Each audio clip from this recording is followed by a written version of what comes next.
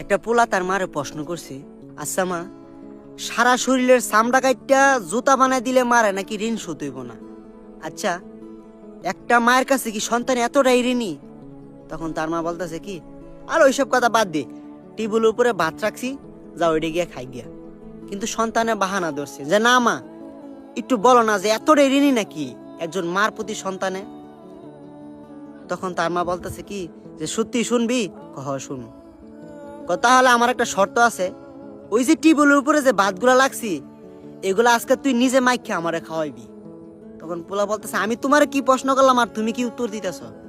বলতেছে যা, ওই তোরা যেটা বলছি এটা কর, তাহলে তুই উত্তর পাওয়া যাবি। তখন বলতেছে কি সত্যি? তখন ওই ভাতগুলো আইন না পোলা মাইখা তার মার মুখের মধ্যে দিছে। দেওয়ার পরে মা একটুখানি খাইয়ে ওই তার পোলারে প্রশ্ন করছি যে আচ্ছা, ওই যে গাছের আগের মাঝে যে বসে আছে এটা কি রে পুত? তখন তার পুতে বলতেছে কি, কেন মা, এটা হলো কাক। তারপরে মা আবার ভাত খাইছে।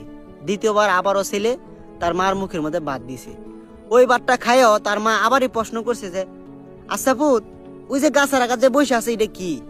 তখন তার ছেলে বলতেছে কি, তোমার না বললাম যে এটা কাক। আবারও পোলা মার মুখের মাঝে ভাত দিয়ে দিছে। মা তৃতীয়বারের মতন ভাত মুখের মাঝে নিয়া আবারও তার ছেলের কাছে প্রশ্ন করছি, ওই যে গাছের আগার মধ্যে যে বসে আছে এটা কি রে পুত?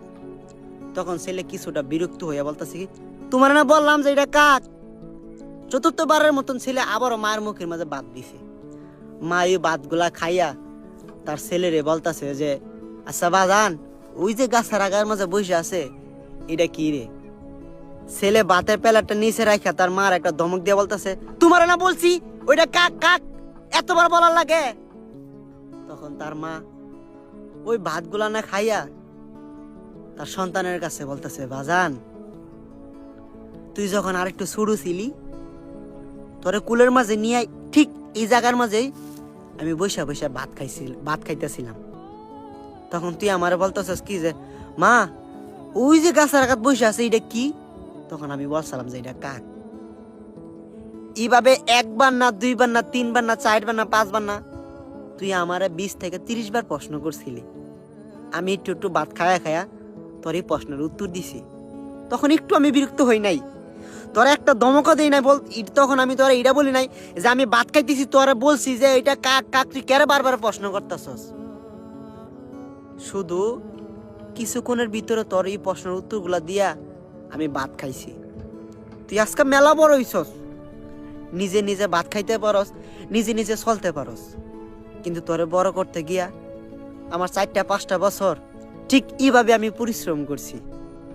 আর রাতে যে কি কষ্ট করছি তোরে নিয়ে পেটে রাখা যে কি কষ্ট করছি ওইটা আমি নাই বললাম। ঠিক এইভাবেই একটা মা তার সন্তানের লালন পালন করে বড় করে, এই কষ্টগুলাই করে। তখন ছেলের আর বুঝতে বাকি হয় নাই যে তার মা কি বুঝাইতেছে। আসলে এটাই সত্যি, একটা মা বাবা যে তার সন্তানকে বড় করতে যে কত পরিশ্রম করতে হয় শুধু তারাই বলতে পারে। আমি আপনাদের কাছে একটা রিকোয়েস্ট, কখনো মা বাবার মনে কষ্ট দিয়েন না, তাদেরকে কখনো কষ্ট দিয়েন না।